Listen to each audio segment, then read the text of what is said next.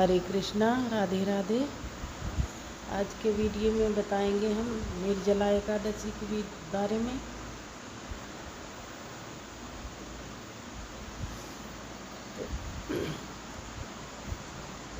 स्वागत है आप सभी का आपके भक्तों कृष्णा में।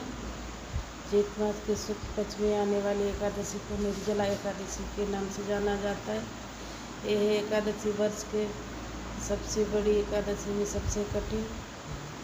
इस दिन भगवान विष्णु का पूजन किया जाता है, साथ में मीठे जल का दान किया जाता है। जो निर्जला एकादशी का व्रत करते हैं, साथ में मीठे जल का दान किया जाता है। जो निर्जला एकादशी का व्रत पूरे नियम के साथ करते हैं, वो अगर पूरे साल का व्रत ना करें, जैसे एक निर्जला का एकादशी का व्रत करने से उन्हें पूरे साल का एकादशी का पुण्य फल प्राप्त होता है। निर्जला पूजा विधि के नियम देखते हैं। सुबह सवेरे स्नान आदि करने के बाद हम एक चौकी या पटा बिछाकर पीले रंग का कपड़ा बिछाएंगे। अपने घर के मंदिर में भी कर सकते हैं, अलग से चौकी भी लगा कर करना चाहते हैं तो चौकी भी लगा सकते हैं। अपना जो मुख है पूर्व या उत्तर की दिशा में रखना है। इसके बाद भगवान विष्णु की मूर्ति या फोटो लेनी है। किसी भी स्वरूप को ले सकते हैं भगवान विष्णु के। अगर भगवान विष्णु का फोटो ना हो तो लड्डू गोपाल या फिर कृष्ण भगवान की मूर्ति फोटो जो है आपके पास, आप उसे ले सकते हैं। फूलों का या तिल का आसन देते हुए हम भगवान विष्णु को प्रथम पूज्य गणेश जी को विराजमान करेंगे। तो हमने फूलों का आसन दे के, हमने चौकी लगा के, तिल का आसन दे के हमने विष्णु भगवान की फोटो को विराजमान किया है। लड्डू और गणेश भगवान को भी विराजमान किया है। इतना एक मिट्टी का घड़ा ले सकते हैं, इतना यूज करना, किया हुआ घड़ा नहीं लेना है और घड़े को जल से भर लेना है। मीठे जल का दान किया जाता है, तो अगर हम घड़े के अंदर बहुत सारी चीनी डाल देंगे तो घड़ा खराब हो जाएगा, इसलिए 2-4 दाने चीनी के डालें। ढक्कन से ढकें से मौसम में आने वाले जो भी फल आपके पास हों, जैसे कि खरबूजा, आम, तरबूज, ककड़ी, खीरा, जो भी आप दान करना चाहते हैं उसे इस घड़े के ऊपर रख दें। इसके बाद मैंने यहाँ पर इसमें थोड़े कंठ में मूली बांधें, स्वास्तिक बनाएं, जल से भरें और थोड़ी से चीनी के दाने डालें और एक पंखा जरूर से रखें। गर्मी का एकादशी के दिन, निर्जला एकादशी का बहुत जेठ के महीने में है, तो एक प्लेट लेंगे, प्लेट में स्वास्तिक बनाएंगे, थोड़े से फूल डालेंगे हम और उसमें एक दीपक को सबसे पहले प्रज्वलित करेंगे। विष्णु भगवान को, गणेश भगवान को सबको स्नान कराएं और वस्त्र रूपी कलावा समर्पित करें। थोड़ी सी चीनी रखेंगे उसमें एक पात्र में ऊपर। गणपति जी की स्थापना की है। खरबूजा में बुधारी वाला खरबूजा हमें नहीं मिला। एक घड़ा जो है वो दान कर दिया जाता है, जिसे भी दान करें उसे अच्छे से इस्तेमाल कर सके। इतना बड़ा घड़ा लें आप, पूरा घड़ा लेना है, पूरा घड़ा लेना है, इसलिए नहीं लेना है। घड़े को शुद्ध जल से भर लेना है। घड़े के अंदर अगर बहुत सारी चीनी डाल देंगे तो घड़ा खराब हो जाएगा, इसलिए 2-4 दाने ही डालें। ढक्कन से ढक दें बस। अब हम एक पात्र लेके उसमें स्वास्तिक बनाएंगे, थोड़े से फूल डालेंगे, फिर अपने लड्डू गोपाल जी को स्नान करवाएंगे। हमारे पास लड्डू गोपाल जी हैं तो हम अपने लड्डू गोपाल जी को भी विराजमान करेंगे। एकादशी पर चावलों का इस्तेमाल बिल्कुल नहीं किया जाता है, पूजा में नहीं खाए जाते हैं।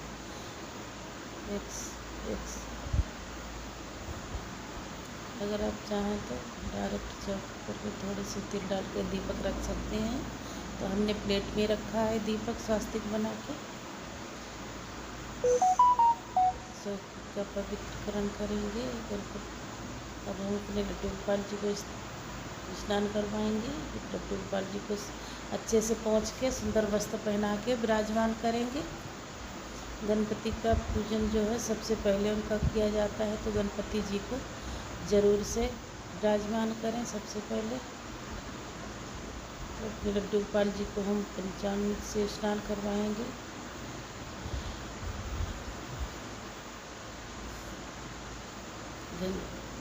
गणपति के भोग अलग से रखें। गणपति के भोग में तुलसी दल नहीं लगे पड़ेगा। सभी को चंदन रोली से टीका करें आप।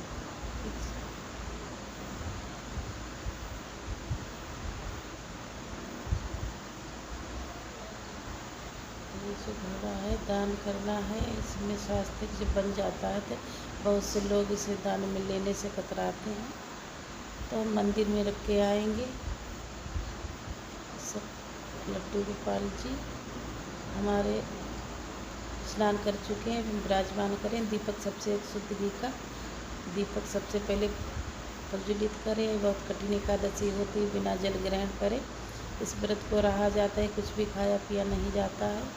ऐसे महीने में आती हिसाब से सबसे गर्म महीना होता है, पानी की हमें सबसे ज़्यादा ज़रूरत होती है, तभी ये व्रत किसी तपस्या से कम नहीं होता है। यहाँ पर सबको पुष्प अर्पित करेंगे हैं। इसके साथ ही मौसम में आने वाले जो भी फल हों आपके पास वो समर्पित करें। निर्जला एकादशी का व्रत सबसे बहुत कठिन है। जो भी फल अर्पित करें, दज्जल का भी भोग रखते हैं, दूध का भोग लगाएं। जो भी भोग आप रखें उसमें तुलसी अवश्य डालें। बिना तुलसी दल के हमारे श्री हरि नारायण भोग का ग्रहण नहीं करते हैं। अन्न का भोग नहीं लगाएंगे, फलहारी भोग लगाएंगे। जो व्रत रहता है वो जल भी नहीं पीता है। कुछ विशेष तिथि में जैसे एकादशी पूर्णिमा पे तुलसी अर्चन मंजरी वाला तुलसी दल लेना है। अगर मंजरी अगर है तुलसी में तो उसे एक दो पत्ते साथ तोड़िए।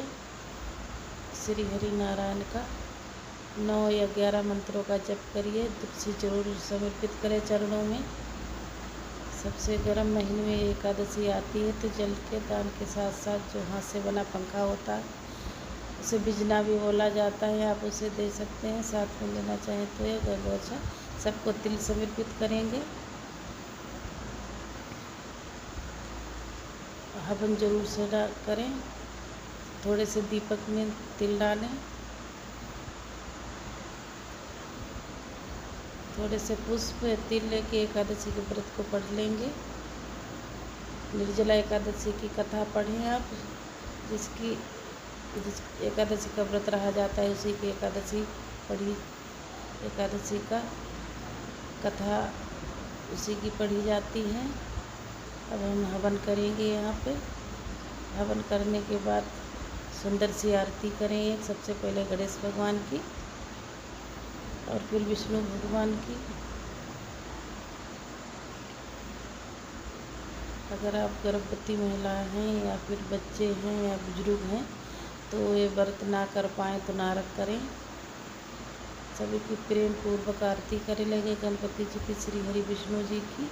इसके साथ हाथ जोड़कर प्रभु से पूजा में कमी की क्षमा रचना मांगे। भगवान अपना आशीष सदैव हम पर हमारे परिवार पे बनाए रखें, इसके लिए विनती करेंगे।